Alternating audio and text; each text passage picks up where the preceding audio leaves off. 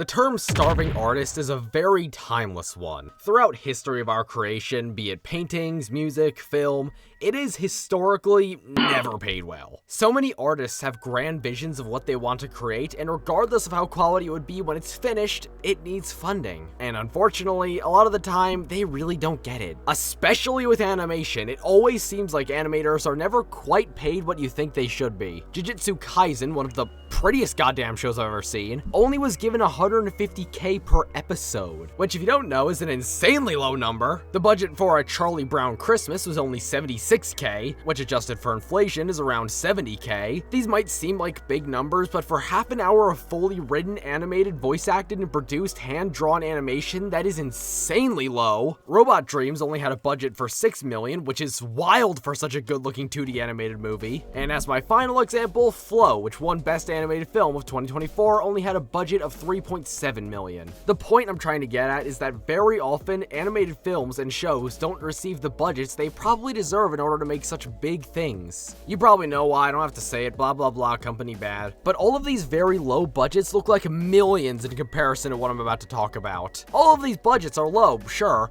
and a lot of the time artists are forced to work with what they have been allocated and nothing more. All of these are examples of animation studios creating something with basically nothing. And today's topic is no different. But with everything I've just told you in mind, let's go back a little bit to 1999. You see, our story starts with a man known as Ted Turner. You might recognize the name from the guy who owns literally everything broadcasted, and you would be correct. CNN, TBS, TNT, all of that, that's him. And during the dawn of the new generation and his march to the sea, he acquired all of Hanna-Barbera.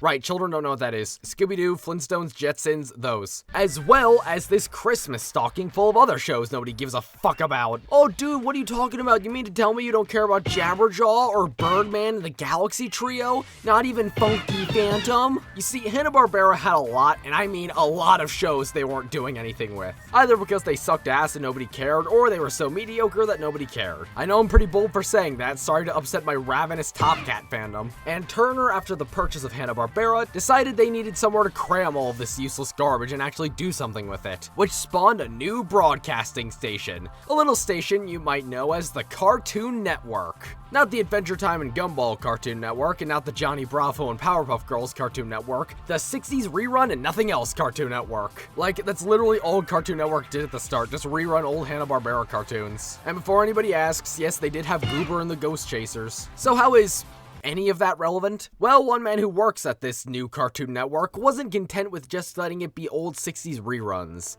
He wanted it to be something more. And this person would be none other than the person who started everything. Without him kicking off this next idea, none of Cartoon Network as we know it would be here. This man was Mike Lazo, also known as Shipping and Receiving Mike Lazo. Wait, you worked at the fucking warehouse part of it? What? Lazo growing up didn't really have many friends, preferring to spend all of his free time watching cartoons like Astro Boy. Which of course this dangerous path of watching Astro Boy would lead him to dropping out of high school at the age of 15, and eventually started working at the shipping and receiving part of the TBS building, which was about as fun as it sounds. But you see, Mike wanted something more, which led him to working his way up the corporate ladder into the programming department. Basically just the people who handle the broadcasting schedules, which was about as fun as it sounds. But you see, Mike wanted to do something more. And right as this new Turner joint opened up, he jumped ship over to the new station known as the Cartoon Network, where he would be the head of the programming department there. And not just the head, the first ever in Cartoon Network's history. Which is about as fun as it sounds. Now, Turner was pretty content with letting Cartoon Network do its thing and be a Hanna-Barbera dumping ground, but Mike, as always, wanted something more, and asked Turner if he could create original broadcasting for the station, and not just reruns of the fucking Grape Ape. What the hell is a Grape Ape? And Turner, despite being a billionaire not giving a shit, actually said yes, on the grounds that it wouldn't exceed their existing budget. Now, I couldn't find any information on what the budget was for a network that specializes in airing Frankenstein Jr. and The Impossibles, but I couldn't imagine it was a lot, but also leads me to believe that this was the budget he was given to create his show. I listed all of those show budgets earlier for a damn good reason. Because Lazo wasn't given $150K or $76K, he was given $35,000 per episode. That is basically nothing. You're spending half of that on fucking catering. This is literally nothing. And instead of getting pissed off and leaving or getting disheartened and giving up, Mike Lazo only had one thing to say. Nah, I'd win. And he immediately began brainstorming on how he would create Cartoon Network's very first original cartoon, which he did not know what it would be. He got his pocket lint of funding, now all he needed to do was get the talent and the ideas. Khaki Jones, who also worked at Cartoon Network, and him would brainstorm weekly ideas for the thing. This was only a weekly event because they still had to do like their actual jobs of broadcasting on the network. Like how I'm scripting this while weeding. Yeah, they still had to like make sure things were running accordingly and do marathons and such. So every afternoon, a part of their job, not the job where they have to make a cartoon, keep up, Lazo, Jones, and Cartoon Network writer Andy Merrill all brainstormed things to run on the network. Stuff like what cartoons to play and what marathons they should run. There were actually originally 4 people here a part of this crew, but the person who suggested they do a Squiddly Diddly marathon was shot by the 3 of them into a mist, and all record they ever existed has been scrubbed from all documents. And during one of these clandestine meetings is when it happened. The moment that would change Cartoon Network, nay, I say cartoon history, forever. Alright everybody, this week we're doing a marathon about Space Ghost. Like that old superhero show from the 60s nobody watched? Yeah, that one.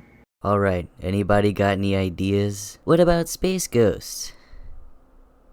With some toast? Come on. Something rhymes with ghost. Space Ghost to the most. What about Space Ghost Coast to Coast? Oh my god, that's hilarious. It sounds like a talk show.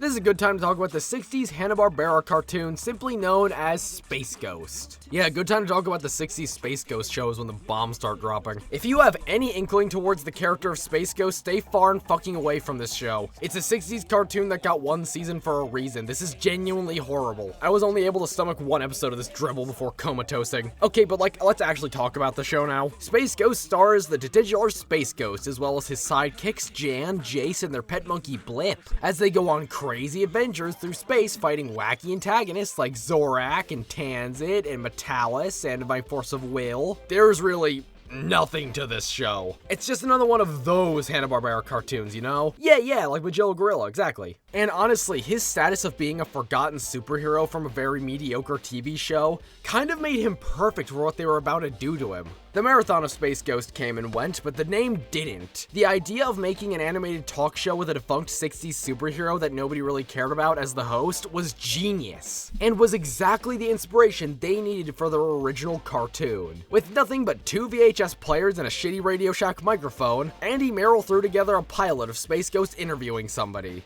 But not like, really though. They just took an old Denzel Washington interview and spliced Space Ghost asking him the questions. But this pilot was an amazing proof of concept. I wish I could show it, but it's unfortunately lost media. This concept absolutely had the entire team by their balls though. They had to make a show out of this. But remember, only $35K per episode. No more. So they had to get creative. Here's what they did. The concept was that Space Ghost, after vanquishing every villain, got really damn bored and decided to start a late-night talk show, enslaving 2 of his previous villains of Zorak and Moltar. The reason they were chosen specifically was because of how they were going to actually go about the show.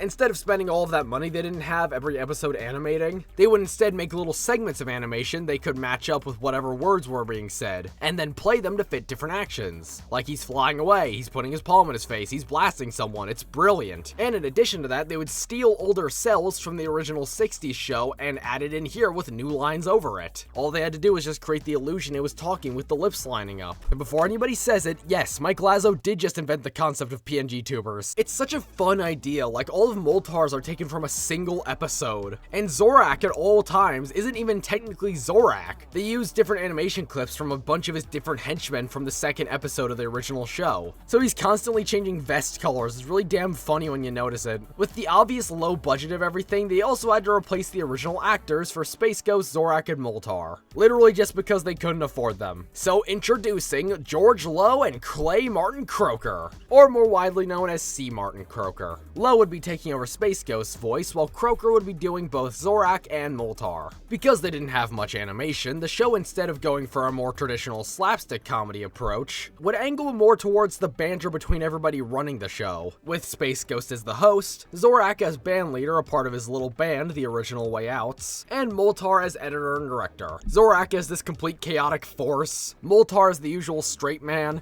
and then Space Ghost as this complete loose cannon, all bickering back and forth as they try to interview a guest. Honestly, given the budget they had, this concept is genius. You can't really have them basically fighting or doing much, so having the concept being around interviewing real people who don't need to be animated is brilliant. All they would need to do is make the cartoon characters' lips move and somewhat follow what the voice actors are saying, and it was good enough. This crew, consisting of Mike Lazo, Khaki Jones, Andy Merrill, C. Martin Croker, and George Lowe, were more than just the people involved. They were like half the workforce. Okay, well obviously not the entire team, there were more than like 5 of them, but these are the notable ones. Just looking through the credits of episode 1, Croker is credited 3 separate times. Merrill is here for producer, writer, and voice. Also has interviewers, which means he has fucking 4 in here! Pretty much everyone on the team was wearing about 15 different hats. It's crazy. But with everybody hard at work, 1 year after conception, we would get our very first episode of Space Ghost Coast to Coast, launching in the graveyard time slot of 11 p.m. This feels like a good time to stop talking about the history of the show and actually dive into the first season. Now, you all know how I love to go above and beyond for these videos, and that doesn't change here, because I was able to secure an interview with the real Space Ghost. I think I'll just let the footage speak for itself.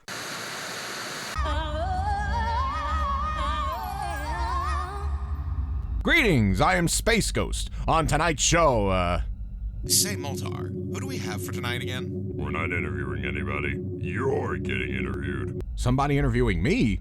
Now that's barbaric. Say, when do they get here? I want to look rich. How about you turn around for once? Excuse me, Mr. Space Ghost, sir. Thank you so much for agreeing to do this interview with me. It's a huge pleasure. I mean... You're really scraping the bottom of the barrel now, huh? Excuse me? I mean, look at this guy. I've interviewed some of the greatest in Hollywood, and now some nobody wants to interview me? Space Ghost. I mean, really, who do you think you are? I doubt those sunglasses are hiding a secret identity because... Space Ghost, I think I need to talk to you. Nobody knows who you are to begin with! Space Ghost! Oh, what is it, Moltar? What could possibly be so important that it warrants interrupting my talk show to... They're paying us $10,000 for this interview. So what do you want to know? Ask me anything. I'm all ears. Do you want your pillow fluffed? Because Zorak is great at fluffing pillows. Only if I can put your head on. You're not about to make me lose $10,000, bug boy! Space Ghost! Money bags! Guys, it's fine. Can we please just get on with the interview? Sure. Ask away, citizen. Thank you. Okay, question number 1. If you had to kiss either Zorak or Moltar, who would it be? Maybe $10,000 isn't worth this. Let's take everything I've said up until now into account real quick. A very small team full of people doing a lot of different jobs, a lot of people filling these positions doing them for the first time, comically limited animation, and having to figure out everything for the first time because a show like this had never been done up until now. With all of that in mind, it comes to no surprise that Season 1 absolutely kinda sucks. I'm not saying it's bad, but a lot of Season 1 just is kinda underwhelming. This show is a first of its kind. They had absolutely no idea how to even start what they were doing. That's not to say that Season 1, or more so the first half of it, isn't enjoyable. It's just to say that they were finding their footing. The main things I really don't like is the voice acting and the comedy. Anybody with passing info about the show would probably tell you that the guests are all dragged along with whatever bit they're doing. Yeah, not the first half of Season 1, however. They're more so trying to actually conduct interviews. Yes, interviews sprinkled with really stupid questions, but they're formatted how somebody would traditionally interview somebody on late night. Like, they ask questions along the lines of asking Gilligan from Gilligan's Island to sing for him like 3 times, but all of the guests are properly introduced, somewhat respected, and sign out dignifully. Of course, the earlier parts of the show not being like the later parts aren't an issue, it's just that I find the later parts way funnier. There's also the voices everybody is doing. They haven't really fallen into the groove of playing these characters yet, so everybody's acting is doing purposefully bad superhero voices, which isn't a bad thing in concept, but that's everyone's voice throughout the whole 12-minute runtime, and it kinda gets on my nerves. Still though, the first half of Season 1 is still pretty enjoyable, and I'm shocked by the amount of big celebrities they were able to get for this. As I just said, they got a bunch of people from Gilligan's Island, Adam West, and Weird Al Yankovic, oh my god! Now, I've been talking about this later style they adapt in the second half of this season this much because the current style of actually trying to make a proper talk show only lasts like for 6 episodes. Debatably 4, because near the end of the first season, they really start to find their footing with the style they're going for. Earlier on, they would ask somewhat sensible questions, then slowly dissolve into madness. But I would say, starting with episode 7, Banjo, they stopped giving a fuck. The first question he asks of the episode to rap artist Schooly D is where he got his hat. Not even related to anything. I love it. I would say this is definitely the best episode of the season 2. The amount of bits they're able to throw in, borderline torturing their guests, are so good. Like earlier on, it would have been a weird jab and jest here and there, but now it's shit like Zorak mind controlling Weird Al into doing whatever the hell this is, and Space Ghost having to kill this giant sea monkey he made and crying about how he only hurts the one he loves. It's fucking stupid. I'm in love with it. The second half of the season, I would say episode 6 onwards, really leans into making Space Ghost completely unhinged. Like episode 9, Self-Help has Space Ghost trying to make Zorak less evil, and in the process, he loses his damn mind. Say it! Hiya, Space. How's it going? Buckle up for safety. Season 1 really starts slow and honestly boring at times, but it sure as hell picks up by the second half. Season 1 is alright overall, but really lays the groundwork for what the show would become in the future. And it really feels like at the end they finally found their footing. They dropped the very stilted voices they were going for and instead started talking like actual people. I'd like to point out to our viewers that although it may seem like the ghost planet behind me is really close, it's actually millions and millions of miles away. I see you're chewing gum. Gum? Gum. Gum? Did you bring enough for everyone? No, but I'll have some shortly. No gum. Especially Moltar, like listen to him between the beginning and the end of the season. How could this be? That's a lie. Shut up, Moltar. The female human is mine. What? So, Mr. Ghostal, would you say you started to find your footing better after season 1? That's a funny way of saying you didn't like my first season. I think you're misconstruing my words here. How could I be? I don't know what that word means. It means, like misunderstanding. Then just say misunderstanding, witch. Alright, you know what? I'm sorry. Sorry for what? Sorry for using big words you clearly don't understand. I command you to say it in a way that makes me sound more intelligent. That's a pretty highball. Ain't that the truth? Sounds like somebody wants a blast from my spank ray. Okay, Jesus, I'm sorry for not explaining my witch language. Good. Now interview me. Okay. Who is the most difficult villain you have ever had to fight? Time Warner. Okay! Season 1 was pretty alright. For what it was and what they were working with, and this being their first try, I honestly believe they knocked it out of the park. But of course, things can only go up from here. And they do with Space Ghost Coast to Coast Season 2. Now, I really didn't look, and despite me Googling for 5 minutes and continuing to rip off this Atlanta article for information, I couldn't actually find why the show got renewed. From what I found, it reviewed and apparently did very well, which I guess was enough to warrant a second season. And they would lead into it with a huge event. Not just being broadcast on Cartoon Network, but TNT and TBS. Season 2, Episode 1, President's Day Nightmare, or as they call it in the actual episode, the first annual world premiere Tune-In, a premium half-hour-long Space Ghost special showing off a bunch of shorts that could potentially be turned into real cartoons, like stuff that nobody's probably heard of, like Johnny Bravo, Dexter's Laboratory, Powerpuff Girl. Because of the success of Space Ghost, more original cartoons were starting to get made for Cartoon Network. And I'm not just talking about the Moxie Show, which legally was the first Cartoon Network show, but isn't nearly as cool as this, so I didn't bring it up until now. Alright, allow me to get sidetracked for about 30 seconds. The Moxie Show is barely a cartoon. It was basically this live interactable little broadcast that would have some guy puppeteering this Moxie character and giving live responses to different things. This was a 3D model that was being rigged around by a person live streaming. Forgot to mention Cartoon Network also invented fucking VTubing. Back to the actual relevant stuff though, it's so cool to see these huge shows in early stages like this. Like listen to this, Johnny Bravo doesn't even have sound effects yet. I dig it when chicks run.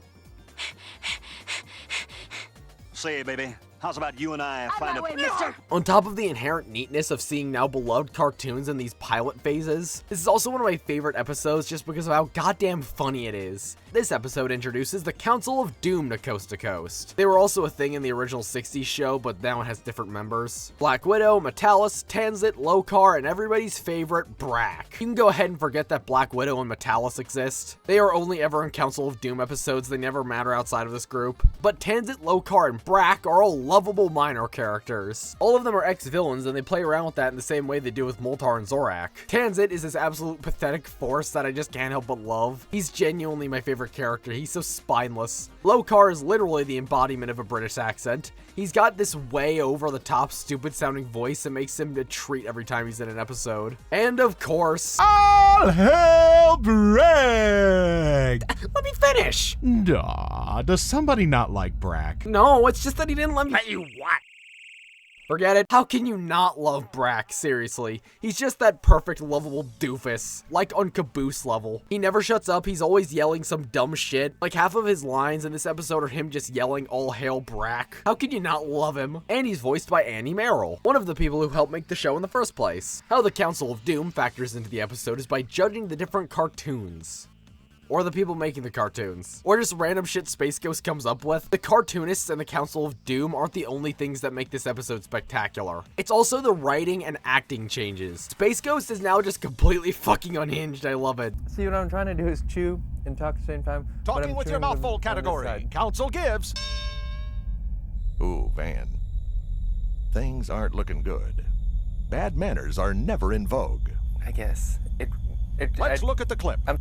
He just really pulls all of these guys through the ringer. They have this one guy named Gino Matos, who made the What a Cartoon short known as Shake and Flick. They not only barely talk about it, get his name wrong, his name's Eugene, and then they don't even play the fucking cartoon. They get Van Partible in, the future creator of Johnny Bravo, and they spend a solid 2 goddamn minutes just talking about the Danish he's eating. Every time they introduce one of them, they have this whispering golf announcer. They borderline torture these guys. It's hilarious. This is genuinely one of the funniest episodes in the whole series. I'm serious. Tiebreaker category is the swimsuit competition. Citizen Pat Ventura, go! No, Space Ghost. Disqualified. Van Partible, swimsuit, go! Do I look at anybody? Danish. Disqualified. Gino Matos, swimsuit, go! Are you serious? Disqualified. Comrade Ginger Snap, swimsuit, go! No, Space Ghost. Disqualified. Last contestant, Craig McCracken, swimsuit, go! And in the end, the Powerpuff Girls ends up winning, but I don't really think it needs to be stated that like half the cartoons here got turned into actual things. This episode is great, not just because of how funny it is, but of how it puts into place what every episode will be like going forward. They're not like really trying to interview these people anymore. This enters the very experimental era of the show. Like this episode where Kirk the storyteller recaps season 1 episodes Bat Mantis and Banjo with these really stupid ass drawings. Or later in the season where they have Lokar do a clip show where the mask interview is. So here's a funny anecdote from the early history of the show. For some reason Cartoon Network at this time had a cross promotion with the Mask film, like, you know, with Jim Carrey, where before the film started they would have a little clip advertising the interview. Then after the movie was over they would have the actual interview with Jim Carrey and the Mask's director. It's just the random shit like that that makes Space Ghost so special to me. Like, you really couldn't do a gimmick like this for any other cartoon. Oh yeah, by the way, the second half of that episode is just the fucking storybook again. They definitely show the willingness to experiment far more than they did with season 1. Like the season finale is Zorak during mating season falling for a trap. That's a real episode. This is a real episode that they aired. Or another episode where everybody during the interview is just waiting for a pizza to get delivered and they won't shut the hell up about it. No, look! Pretty pony! Oh yeah, that's Jumbles. Pretty Jumbles. It's also having like weirdly good continuity for a show like this. Episode 7 Banjo from season 1 had Space Ghost kill this giant sea monkey he made, and they reference those events in episode 7 of season 2 where they talk about how Ted Turner won't let them have pets ever since the Banjo incident. Episode 4 Zorak eats his nephew, and in episode 8 they reference that event. It's just so neat the way stuff like this gets brought back up. Not trying to say that every action has consequences in this universe, or something like an actual story would have. It's just cute having a little callback here and there. And I think by the end of this season, I think everybody has finally gotten comfortable with what the show is. I would argue at times that season 1 was honestly pretty boring, but there are so many bits during season 2 that just made me fucking lose it. In episode 3, Girly Show, they have a whole episode dedicated to women in Hollywood, and after playing this really shittily put together tribute to women, they start interviewing a bunch of women in Hollywood, and Space Ghost's incel ass immediately tries to flirt with all of them. They've also definitely gotten more comfortable with who they want want the characters to be. Zorak constantly antagonizing everybody from the guests to the host to Moltar. Space Ghost being this perfect caricature of somebody who peaked in high school and still thinks he's cool but isn't. And then Moltar, who's still the straight man, hasn't really changed all that much because he was perfect from the start. I also feel like the voices they're doing for everybody is getting a lot more comfortable feeling. I must go to the store to get butter and cheese.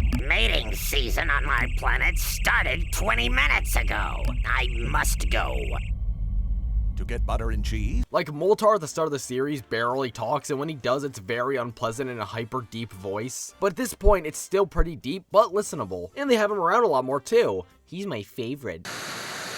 Good work with everything, Moltar. Hey, thanks, man. Hey, of course, dude. Your work is invaluable. Like, without you, the show would barely— Brown-noser! Kenna, you stupid bug! Can everybody, like, not fight for 5 fucking seconds? Yeah, I'm getting a migraine. Does anybody have some aspirin? Stupid bug. I'm gonna use that money to pay off my houseboat. Space Ghost Season 2 is great. It's funny, everybody's starting to fall into their role pretty comfortably, it's beautiful. Season 3, however, I wouldn't consider to be worse or better, more of just different.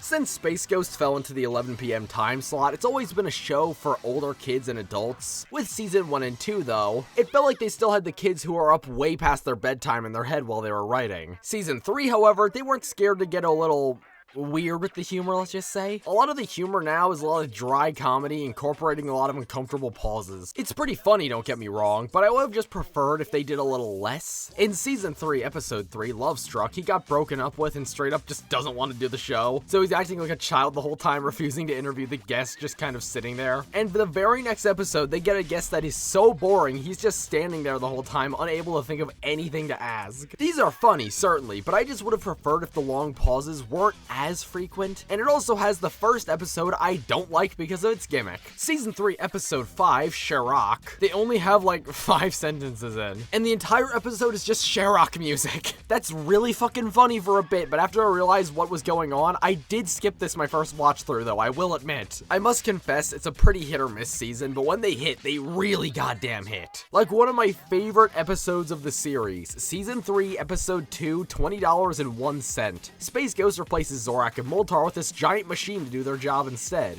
And the show becomes so boring without them, he's forced to bring them back on, I love it. The first episode, Explode, which isn't anything super unique, but just has a very funny interview with Terry Jones. Freak Show, which has the frequency getting periodically taken over by this geek dressed up as Space Ghost. Also, I'm not sure, but I'm 90% sure that's Andy Merrill in that costume. Switcheroo, which has Space Ghost getting periodically switched with his evil twin, Chad Ghostal. By the way, his name is Tad Ghostal, in case I hadn't said that. Surprise, which is half Moltar and Zorak planning a surprise birthday party with the Council of Doom returning, and half Space Ghost fighting with the US Postal Service. Woody Allen's Fall Project, which is the same guy from the storybook episodes, but this time it's live action remakes of different episode segments. And I would be a fraud if I didn't mention Late Show. This is such a funny episode to me, man. The whole thing is a parody of other late night talk shows having little quizzes and really hamming it up, and it even has a fully 3D animated intro by Tanzit. I'm going to let this full 3D animation play while I talk for a second. I kind of glossed over the intro to the show, but I actually really like it. Seizure warning for the next 5 seconds of this video. It's simple, but it's effective, and I like the accompanying theme. Sorry if it looks really dark though, because seizure. This 3D animated intro originally was a funny little gag to parody other late night talk shows. Originally, this animation cost so much of their show's non-existent budget that they had to use it until like midway through season 4 to justify the cost, which has just got to be one of the funniest things revolving their budget constraint. On the topic of budget though, I'm not sure if it increased or they're just managing their $35K really well, but there's a bunch of new assets featured prominently in this season. We have this little cafeteria area that's usually used right before the intro rolls. New animations for the crew, like new expressions and movements for Zorak. This happened earlier than season 3, but Zorak now has a proper animation for when he explodes, and they were also able to introduce a new character. You may know this recurring character by name, but trust me when I say he's way different in this show than you might know him. Harvey Birdman. You all probably know him as Harvey Birdman, attorney at law. Well, he's here and just a complete goddamn loser. He's also a Hanna-Barbera superhero from the 60s, but unlike Space Ghost, didn't get quite the same love with the talk show. He's a somewhat recurring character like the Council of Doom, where he'll just pop up randomly and take over an episode. I love him so much. Also, something funny to note is his voice actor, Scott Fennell. He's a barber from Atlanta.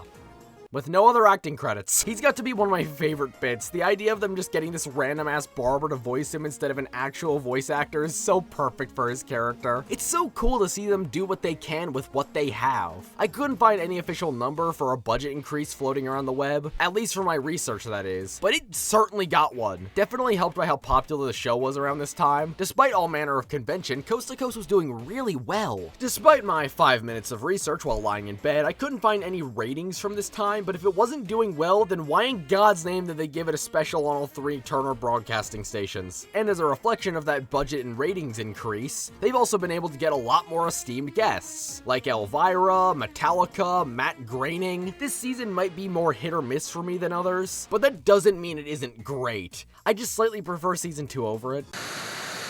So what are you trying to say here? That I'm getting worse? How the fuck did you answer that? I'm contextualizing these bits as they're happening in the past and we're watching recordings of them. Never do that ever again. Nobody tells Space Ghost what to do! Hey, I'm interviewing today. Let me ask the questions. Alright, fine. Fire away. Thank you. So what was your— Hey, I want to alter the deal. Okay, fine. What do you want? On top of the 10K, can I get a new box spring? Sure. Could I get a new coaster set? Okay, fine, both of you, fine, whatever. Hey, they're getting extra things. I want extra things too! Okay, what do you want? A pony.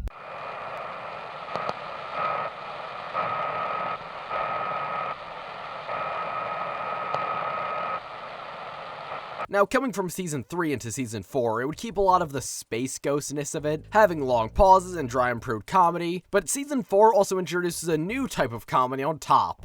It's just fucking weird. Like, seriously, so much of this season is just some weird-ass gimmick that teeters between being hilarious and making it nearly unwatchable. Season 4, Episode 11, Brilliant Number 1, starts out normal for a few seconds, then crops the top and bottom of the screen, adding a black and white filter and having text fade in periodically, spouting some gibberish while there's this ear ringing going on throughout the whole episode, and it's just so goddamn bizarre. And then they have Brilliant Number 2, which is the same fucking episode again, this time with just different texts. Great time to bring up that this is the longest season the show would ever receive, clocking in at 25 episodes. And I've got to say, ignoring those 2 I just talked about, they definitely make use of them. Pile Driver, a fan favorite episode, has Space Ghost's grandpa in for the whole thing, who's voiced by Macho Man Randy Savage. Hipster has his evil twin brother Chad take over for the whole episode, with Space Ghost being missing the whole time. Pavement has the whole episode written by Space Ghost in universe, so everyone's sucking up to him the whole time. And 2 of my favorite episodes from the whole series: Season 4, Episode 1, Rehearsal, and Season 4, Episode 6, Pilot. The in-universe explanation for why everybody is here is that Space Ghost enslaved Zorak and Moltar to work for him, as I've said, but these 2 kind of serve to recontextualize that. Rehearsal, as it says on the tin, is them rehearsing for the show. So they're testing out the explosives at Zorak's desk for when he gets blasted. There's a disembodied voice coaching all of them through what to do. And one of my favorite shots of the whole show, where we get to see the entire set deconstructed as Space Ghost goes on this long spiral about nothing. I love it. I don't know, I think meta episodes like this where we see cartoon characters acting like real people are really charming to me. And Pilot, which has the return of Birdman to the show. All of it's contextualized through Lokar showing the unaired pilot of Birdman Coast to Coast, which never came to fruition. The whole thing is just him being pathetic and falling asleep and everyone making fun of him. I love it. I also like how the set looks when the sun is up. I don't know, it's just nice looking. Something about all the characters being actors in universe is a fun thought to me, and I like how the episodes play with the idea. There obviously isn't any deep Space Ghost lore, but I like when cartoons play around with the fact they are a cartoon. Like that one Gumball episode where they're time traveling. Or like that one episode that gave me a headache where they're talking to Ted Turner's brother-in-law. I also love this season because you can really feel how big the show has gotten at this point. They're throwing in new bits of animation everywhere. Even for stuff that's really specific and niche, like Zorak and Space Ghost both reading from a script. Moltar delivering a bowl of ice cream. This stupid dumbass image of Zorak where he's crying. It still has that low budget charm, but at times it almost looks like an actual cartoon. Almost feeling like the budget is a style instead of being a restriction. You can also feel it with the guests they have this season.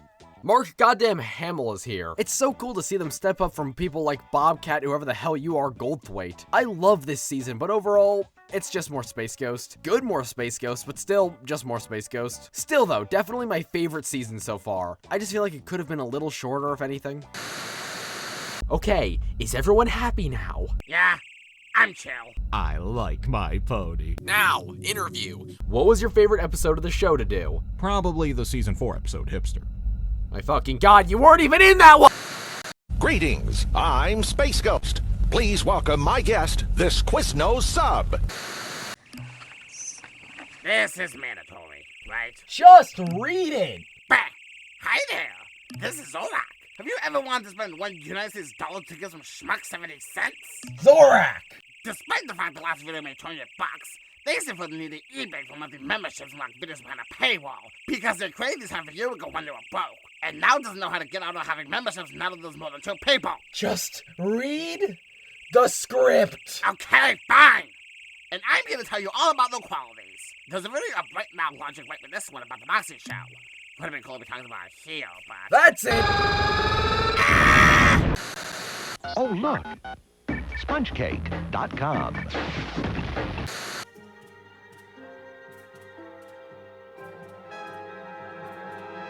I would say each season so far can be defined by a new type of comedy it's chosen. Season 4 was absurdist, Season 3 was anti-humor, Season 2 was really aggressive comedy, and Season 1 wasn't comedy. But I would say that Season 5 starts the type of comedy that the rest of the series would refine and build upon. Is there anything more funny than somebody just drastically white trying to speak colloquial hood? Adult comedy! The show has always tried and true been for an older audience, but this season is really where they lean into it. Also, for all of you wondering, the show at this point was still airing on Cartoon Network at late night. Adult Swim hadn't yet been created. They were putting this shit on a children's network. I don't want to be an American. They'll discriminate against me because of my metal skin.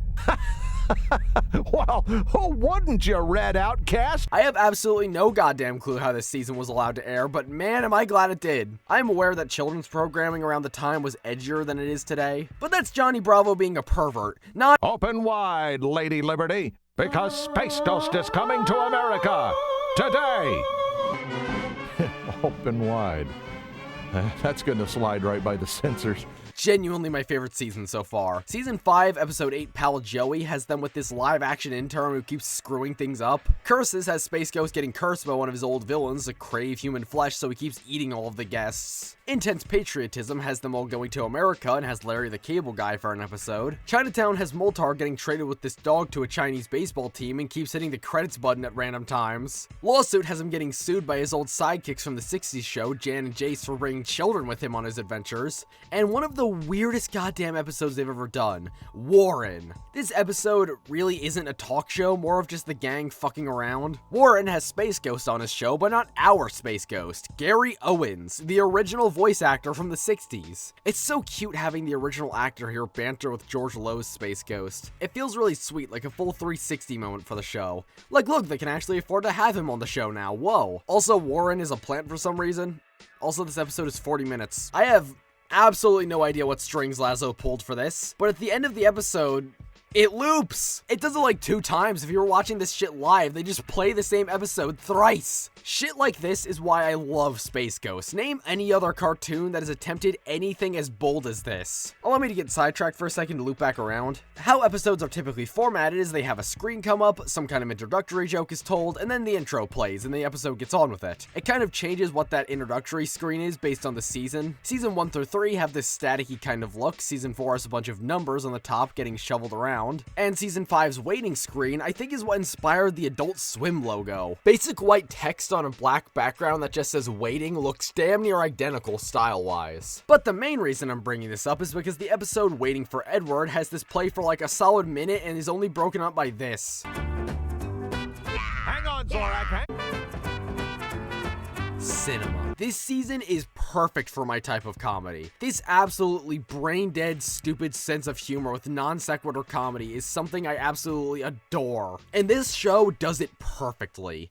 Ted Eustace Coastal, this is to inform you that you are the winner of one super deluxe king-sized lawsuit. This season also just feels a lot more concentrated than the season before it, only having half the episodes the last one did. I honestly feel like this is a good thing overall. It let the episodes be more focused and allows them to use their budget a lot more sparingly. Like, look at this shot of them crashing the ghost planet in the middle of fucking Arizona, it's beautiful. Season 4 was great, but it felt like a solid quarter of the episodes I just completely forgot about immediately. But honestly, I remember all of them from Season 5. They are all so memorable, and it's only uphill from here, fellas. Are we done yet? This blue guy's getting on my nerves. Well, since you're being so courtly today, this next question's actually for you, Zorak. So, like, What's that noise that plays every time the camera is on you? Like, it's nowhere else in the set, then suddenly, oh, there it is the second it cuts over to you. Like, what is that? You know, it's my thing. Kinda sounds like the noise a cicada makes. Silly guest. Zorak is a locust. Thought he was a beetle. I'm a mantis. Kinda sounds like cicada noises to me. Your voice sounds like whining noises to me. All right, girls, simmer down now. I'm not a girl. Yeah, and I'm not a... Well, I'm not a stupid bug.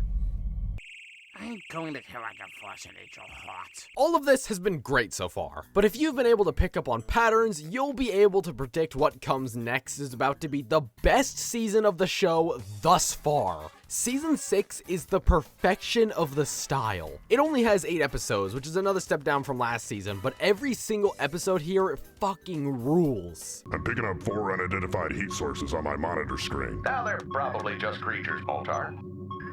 Space creatures. They just violated our airspace. Bring me my monocle. I want to look rich. The episodes of the season prior at least had some kind of structure to them. In season 6, anything can happen anywhere at any time for no apparent reason, and it's comedy gold. I guess they also just didn't care about being family friendly anymore. Now, don't we have some sex to take care of? Full-on adult to older teen audience now. Lazo seriously went, fuck them kids. Shambrain has Space Ghost putting on this placebo shampoo the whole time to make him smarter while continuing to act like an idiot. Girl hair, I don't even think I can describe the plot to. Come on, Hanson, let's go camping. Sequel has Birdman being a sub-host while Space Ghost is in jail, and is still being pathetic and getting made fun of by everybody. But this time his ex-wife Gravity Girl calls him during the show. But you're supposed to be in jail. Yeah, and you're supposed to be dumpster diving for ham scraps, you six-piece chicken McNobody. Get out of my seat! Curling Flower Space is a sequel to Brilliant Number 1. Instead of being the same episode for the 3rd time, it's instead the commentary that happens between the cast directly after the episode ended. Episode 6, Table Read, isn't even a fucking animation. It's live action footage of the real actors and people making the show doing the pissing table read for episode 7. Name one single other show that could pull this bit off. Like seriously, I know it had a higher age rating than everything else on the network, but episode 8, King Dead, has them say an abridged version of the F word twice. King Dead. And if you don't open the door and let me in, you're fired. Okay? Or you're King Dead. But so many of my favorite episodes and moments from the show are from this season. If you want a good encompassment of how ridiculous and wacky and how much shit can just happen in this show, watch season 6. And if you want one episode that emphasizes the entire show's greatness, I would say it has to go to by far my favorite episode of the series, Fire Ant. This episode has them interviewing Conan and they barely even talk to him. The episode starts with a minute of trumpets which has Space Ghost parachute down. He then asks Moltar to put a speaker onto his head which barely works. He then tries to fly off to save a planet Moltar's friends are blowing up, which gets him stuck in the ceiling, so they have to hit him down with sticks, and then the interview starts like halfway through the runtime. This episode feels like how a white guy would describe an LSD trip. He pounds his fist so hard the table ignites, and he barely pays attention to Conan after he discovers there's an ant on the floor. This also has my favorite quote from the whole show. I quote this very often in my real life. I'm gonna follow him home. Kill his whole family. Also, do you remember the episode Warren where it like looped 3 times? Well, Fire Ant is also one of my favorite episodes because of its ending bit. After Space Ghost starts fixating on this ant, he follows it home for 10 unabridged minutes. When they did reruns of this episode, they cut out this segment, but for the first run of this episode, 10 fucking minutes are just him humming and following an ant. I didn't even talk about every episode, but I mean it when I say that every episode from this entire season is amazing. This is not only the best season of the show, but one of my favorite seasons of television as a whole. They just nail everything on the head so right. Everything feels so perfect. It's like they couldn't do anything wrong. The show peaked. People loved it. So you know what that means. Yeah, this will be the last season of the show that aired on Cartoon Network. Now, I did say there were 11 earlier, so obviously the show didn't stop for good, but I'll get around to that. So why did the show stop at season 6 on Cartoon Network? Well, Space Ghost season 6 was airing in 1999 and finished airing later in December, right before the turn of the new millennia. A little over a year later was 2001. This was a very important year for Warner Brothers, for those who don't know. This was the merger between Warner and AOL. And it just so happens that the merger between Warner and AOL was only the second worst worst thing that happened that year. This was a historically bad merge. AOL was falling apart and still trying to make things work like an abusive relationship, and Warner saw the smoke on the water and pulled out of the deal. During this process, they had to go through a lot of restructuring, and unfortunately, Space Ghost was pushed to the wayside, meaning that, for right now, the show kind of sat absent. Not officially canceled or ended, just not making more. So Space Ghost, during the period where Warner stopped making more of your talk show, what were you up to? I still had Cartoon Planet. That only got 2 seasons. I was hosting Toonami. You were like immediately replaced. I was doing the Black Show. What? Nothing's not gonna say about that. No, that's pretty valid. Bite me, you coward! For about 4 years, Space Ghost would stay in the ground between season 6 and season 7. So I say we take this time of them cooking up the next one as maternity leave, and talk about the 2 other semi-related non-Space Ghost things for a minute or 2. Keep in mind, the 2 things I'm about to talk about happened between season 4, and I swear if I see a single one of you sons of bitches talking about how I forgot about Toonami and Cartoon Planet in the comments just because I talked about them 2 seasons later, I'm gonna lose my goddamn mind! Starting with my personal favorite between the 2 of them. As I've said before, Space Ghost led the way for more original cartoons to be made on the Cartoon Network. Johnny Bravo, Dexter, you get it. Now, just because Cartoon Network was starting to become more than a Barbera dumping ground, doesn't mean it wasn't playing reruns of older shows still. And to differentiate the old from the new was a new cartoon block known as Toonami. You all have probably heard the name somewhere, and Adult Swim fans among you probably know it quite well. During 97 to 99, they would play stuff like Super Friends, Sailor Moon, Johnny Quest, Dragon Ball, that's appropriate for kids, and spaced between all of these cartoons would be a host to make it all make sense. And this host is a somewhat baffling but all too fitting choice. Moltar of all characters. A pretty bizarre pick on the surface, but with the vibe they were going for this cartoon block, it couldn't have been better. They've all got this really chill vibe to them, and Moltar's uber deep voice makes them all feel so soothing. I get lonely sitting here watching the world go by.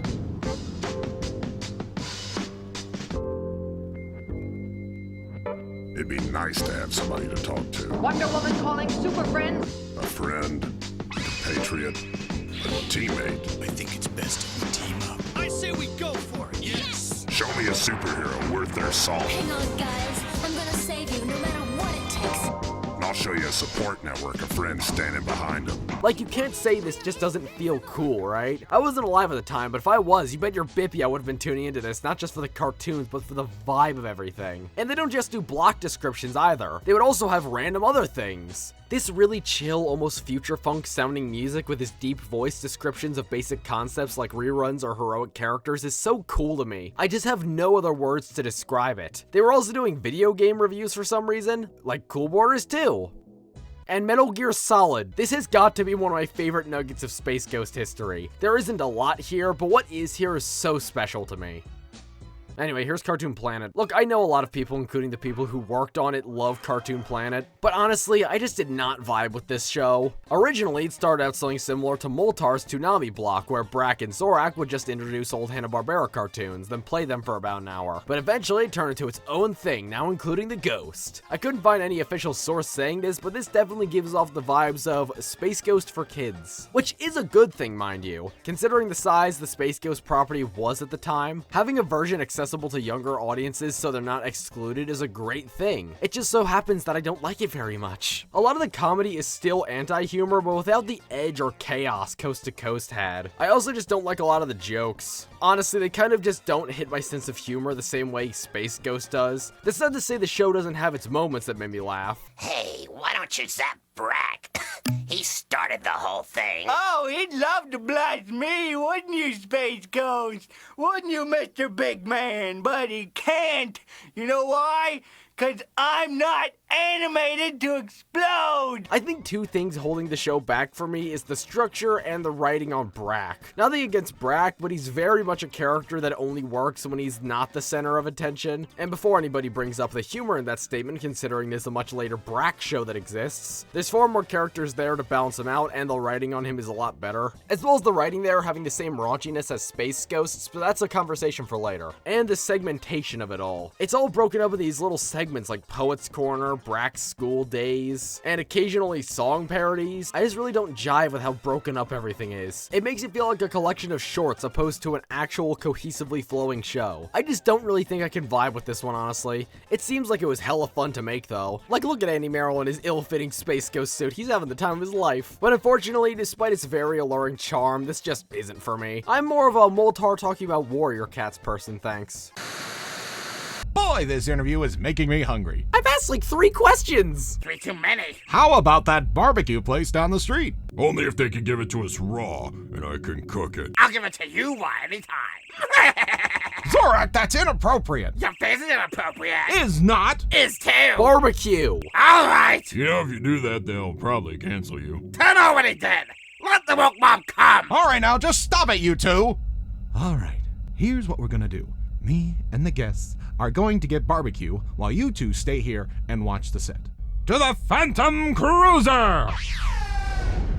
Was I supposed to follow him? Cartoon Planet and the Toonami stuff with Moltar was pretty much all of the notable stuff I could find with SG around this era. There were some much smaller things like the little bumpers with Space Ghost, Zorak, and Superman running through the network, but those are all like 5 seconds long and are barely notable. Let's get back to the real meat though. One of the reasons Space Ghost has been doing so well this whole time is due to another adult comedy produced known as the Smimpons, which would lead the way for other adult comedies to be made, such as Beavis and Butthead and South Park during the earlier parts of Space Ghost's run. And during season 6 of Space Ghost in 1999, we would get Futurama and Family Guy. Yes, if to say there was some real money in this market. And Ted Turner, liking money, threw a chair through one of the windows of Ghost Planet Industries, later renamed William Street Productions, and slithered up into the lap of Lazo like a siren and asked him to make more adult cartoons for the late night on Cartoon Network. And now flash forward to the Space Ghost hiatus during 2001, 4 brand new cartoons were randomly aired unannounced on Cartoon Network at 4 in the morning. C-Lab 2021,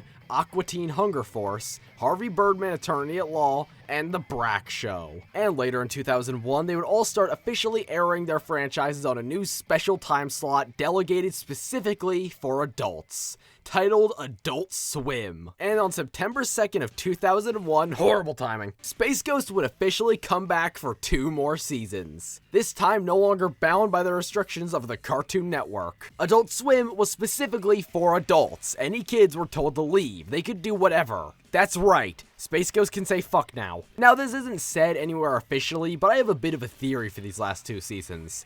These weren't made to be continuations of the series, but more so a send-off to everything Space Ghost was. Not only are Season 7 and Season 8 the last 2 real seasons we would end up getting, I'll get to why that is in a minute, but they only have 5 episodes each.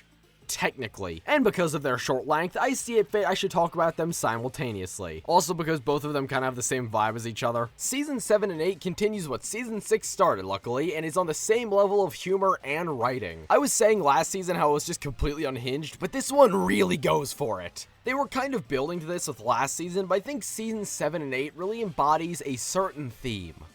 Nobody will stop us. They really made these ones like they had no restrictions. They aren't even trying to interview the guests anymore, they're just here and things happen to them. I mean, at least Season 6, they were technically asking questions even if they were goddamn stupid. You're Moltar. And you're Zorak. You know what? It's Wallace now. I'm Wallace too. Shut up, Waltar. Waltor. Mollusk. That's your name. Let's say Zorak was Wallace. I am. What would you do with Wild Wallace? All of the episodes are so spastic and all over the place, it's so hard to even give plot synopsis because things just sort of happen with no cohesion. Season 7, Episode 1, fan favorite episode Kentucky Nightmare is just completely off the wall. To the creek! Let's talk about what went wrong with tonight's show. I also like the running theme that Season 7 and 8 have of the show being in complete financial ruin. Like, the whole gimmick of this one is that they merged the show with the failing liquor company Kentucky Nightmare. You know, it just hit me while recording. Is that a joke about Warner, like, failing to merge with AOL? So there's just this shark here the whole episode he's forced to keep interacting with. Trans people get Blaja, gender fluids get old Kentucky Shark. Justice Hole has Space Ghost trying to move in with these guys who live in a hole outside the Hole of Justice because nobody else wants him on the talk show. Knifing Around, another fan favorite episode, doesn't do anything particularly extreme, but has guest characters Radiohead and Bjork, who Space Ghost is canonically married to. Way to go, starting this series with transphobia and ending with Space Ghost canonically married to a bisexual woman. Flip mode I can only describe by this. Hey, break all the pipes in the sub for more good ideas.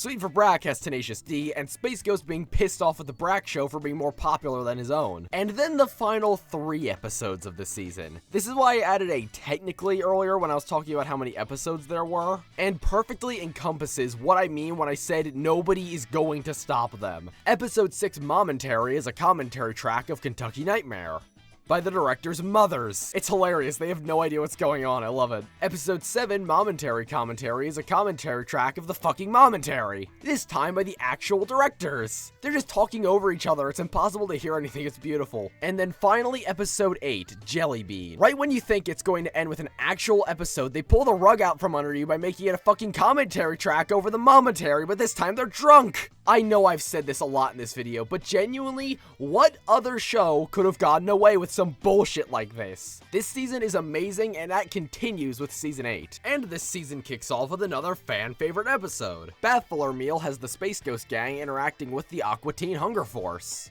This is not the Aqua Teen Hunger Force. So these here were made as like shitty beta designs on purpose. So Frylock's character is just completely goddamn off from what he would be like in the end. Master Shake has almost like a religious leader voice. And Meatwad is actually exactly the same. It's so fun to me that they went out of their way to create stupid, shitty beta designs for a bit. I love this episode. They don't even get a new guest for this one. It's literally the same one they had in Kentucky Nightmare. Season 8 kind of gives off the vibes of them not caring anymore. Episode 2, Whipping Post, just has him being pissed off the whole time. Episode 3, Eat a Peach, has this clip in it. Okay, here we go. Knock knock. Who's there?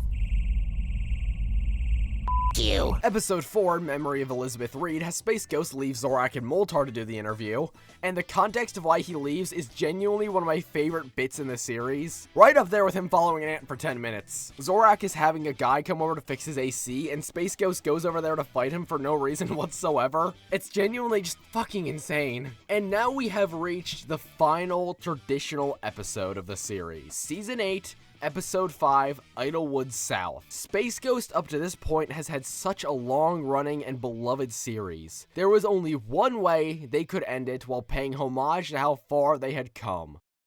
Space Ghost is drunk the whole time and dies in a DUI accident. Cinema. You know, I was not expecting to enjoy that as much as I did. Don't talk to me like we're friends. Oh, okay. Know your place, gazpacho. Hey, we're back with... How did you get here so fast? Yeah, I'm not really, like, animated to move. You frighten me. Moltar, Zorak, we're back with the... Anyway, Space Ghost is dead again.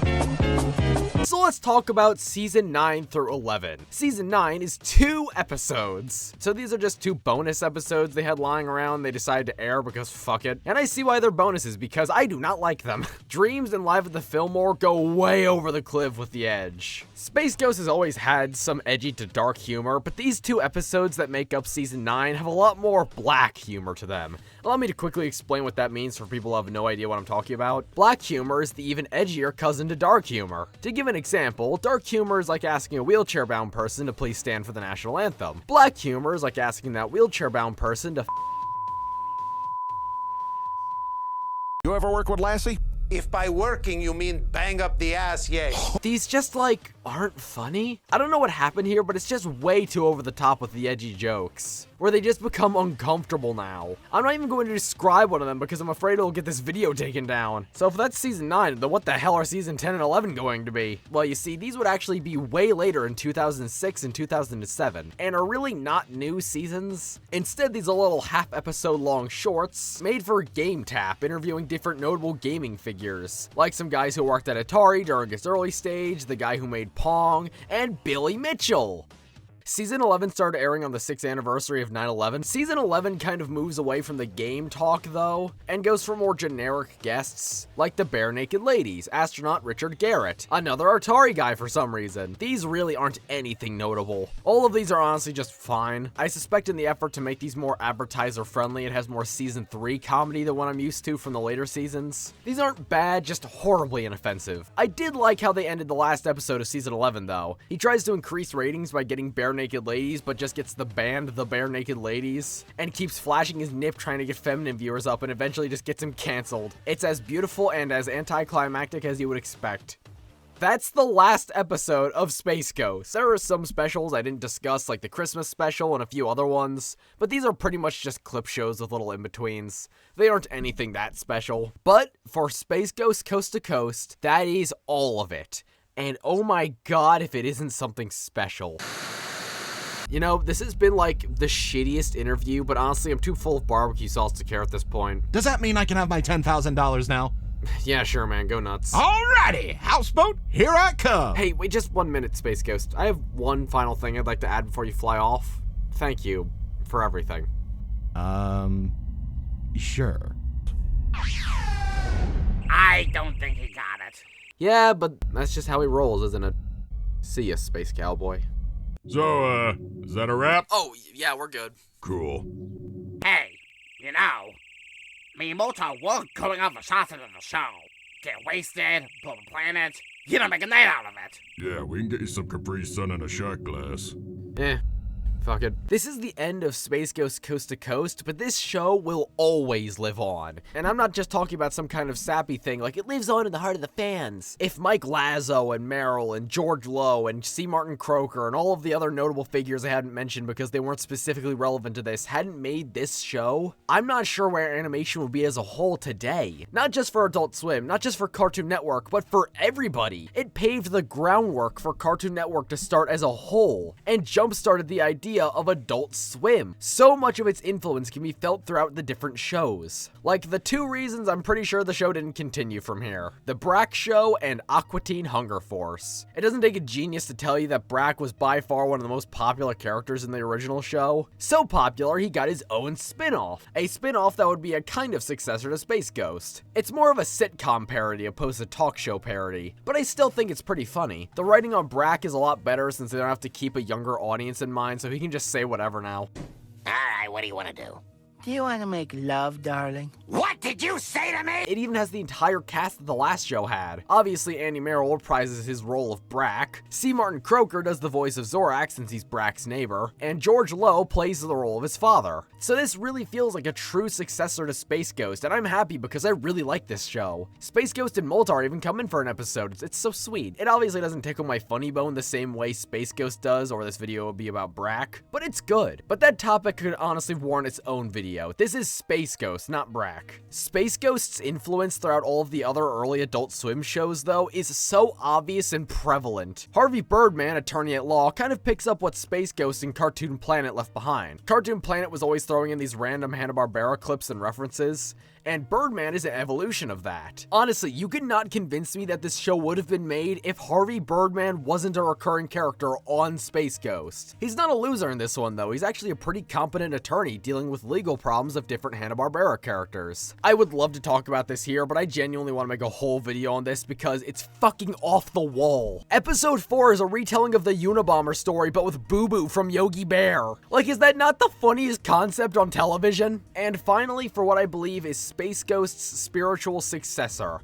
Aqua Teen Hunger Force. Aqua Teen has so much of Space Ghost's DNA baked into it. It even has a lot of the voice actors backed, like the Brack Show. You got Meryl voicing this one leprechaun in an episode, C. Martin Croker does the character of Dr. Weird, who's a recurring character in season 1 and 2, and George Lowe's in-universe character, voiceover artist George Lowe, is a recurring character throughout the show's entire run. Even Tanzit's voice actor cameoed in one of the episodes. So much of Aqua Teen feels like it has the same humor and writing that Space Ghost did. That's also probably because most of the people who worked on Space Ghost moved on to this. And season 1 even steals a bunch of stuff from Space Ghost. They reuse old Kentucky Shark and this bear from Kentucky Nightmare. And also Dr. Weird canonically killed Space Ghost, RIP. These three shows feel like beautiful successors to what Space Ghost started. A traditional successor with the same characters, a complete offshoot with one of its joke characters, and then a spiritual successor that would go on to run for nearly 20 years that wouldn't have been created without Coast to Coast. And those are just the direct ties. Space Ghost's surrealist and oddball sense of humor defined what Adult Swim would become. Without Space Ghost starting Adult Swim, we wouldn't have gotten shows like Robot Chicken, Moral Oral, 12 Ounce Mouse, Rick and Morty. Eric Andre was literally a parody talk show on Adult Swim. Even after the show is long gone, as well as all of its spin-offs, it continued to touch all of Hanna-Barbera and Cartoon Network. In the 360 game, Cartoon Network Punch Time Explosion, the narrator for the whole thing is George Lowe doing his Space Ghost voice. He never calls himself Space Ghost, but the whole thing ends with him talking about starting a talk show and getting a lava man to do it, so yeah, it's Space Ghost. The album Mouse and the Mask by Danger Doom is entirely Adult Swim themed, with Space Ghost getting its own song on the album, as well as Brack being there about 3 times. Jellystone prominently featured the Coast to Coast gang. It spread so far that I would argue most people that don't even know this stuff was inspired by, or at least has Coast to Coast to thank. There's a good chance most, if not any of this, would exist without the Coast to Coast. And more so, the people who made it, Lazo & Co, started a damn animation revolution. If there's one man you have to thank for any of this,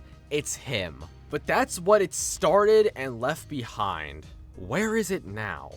Well, Mike Lazo retired back in 2019, so he's off the billing. And as far as the voice actors go, C. Martin Croker on September 17th of 2016 tragically passed away from what I believe is food poisoning. I couldn't find any official sources stating how he died. All I have is this unsighted Reddit post from 9 years ago with 150 upvotes to go off of. So I'm gonna take that with a grain of salt, but the important thing is that he's gone. Adult Swim would actually do a little tribute on the network, playing the first ever produced episode of Coast to Coast, being Season 1, Episode 3, Elevator. And even Toonami did something since Moltar hosted it way back when, before this guy named Tom took over. And adding on to that is part of the reason I wanted to make this video. Earlier this year, on March 2nd, George Lowe, the voice actor of Space Ghost, unfortunately passed away due to complications of the heart surgery he had undergone in November of 24. Anybody who's made anything on Adult Swim or Cartoon Network in the last 30 years has these two people to pay tribute to. It wouldn't have even been possible without them. Rest well, you two. Thank you both for everything. And lastly, Andy Merrill. Don't worry, he's still alive, but I wouldn't say he's doing great. I don't want to dogpile or come off as a dick, but he has said himself that he is not doing great financially. I wish there was some kind of donation link or Ko-Fi I could throw in the description for you, so you could go off and support him, but I can't find anything to my knowledge. If he does have something like that though, let me know and I will make a pinned comment about it and put it in the description. He does have a YouTube channel though where he makes little songs in his Brack voice, which I thought was cool. The person who played Harvey Birdman in the original Coast to Coast show is also dead, in case you were wondering. And that's kind of where the show sits now. Everybody has so much to owe to it, including me. And I don't even make shows. This entire set that you see here was inspired by Coast to Coast. Because, in case you didn't know, this set is also real. If you're a fan of my videos, you have Coast to Coast to thank. Look at my big fucking thing. This isn't related to a damn thing when I'm talking about it. One of my favorite memories that I've made is when me and my partner went to an art house and found this thing. It's one of those where college kids sell their art for big bucks. And by some twist of fate, this was there. It was made by a man known as Elvin Hernandez, a man who lives on the East Coast and makes art. We found Space Ghost on the coast! I know that little anecdote is mostly entirely unrelated to literally everything else I've said, but it's just to emphasize that Space Ghost, like as a concept and a character and everything about it, just is so close to me as a person. Space Ghost has influenced so much of who I am. I have so much to thank it for. Lazo, Merrill, everybody else who worked on the show. If by some fate you're watching this, thank you for everything you've created. And to Croker and Lowe, thank you for everything. Well, fare thee well, buddy. May your oven stay forever lit.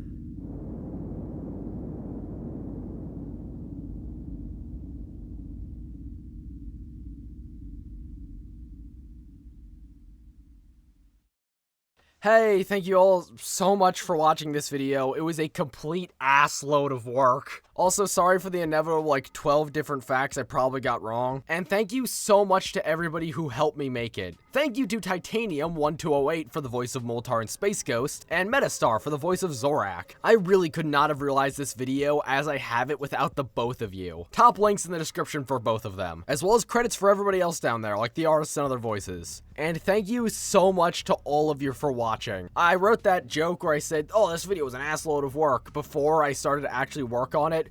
But holy shit, did this video just drain me at parts. I loved making this video, and I still love Space Ghost, but Jesus Christ, I'm never doing this ever again. All of those little segments added up to like 7 minutes of footage, by the way. I made like half a Space Ghost episode. So thank you so much for watching, all of you, including my members. You can become one of them and help make more things like this for just $1. I wasn't expecting the absolute clout explosion my last video was, so I hope to all of you new people amongst you that this video was worth the wait. Alright, bye.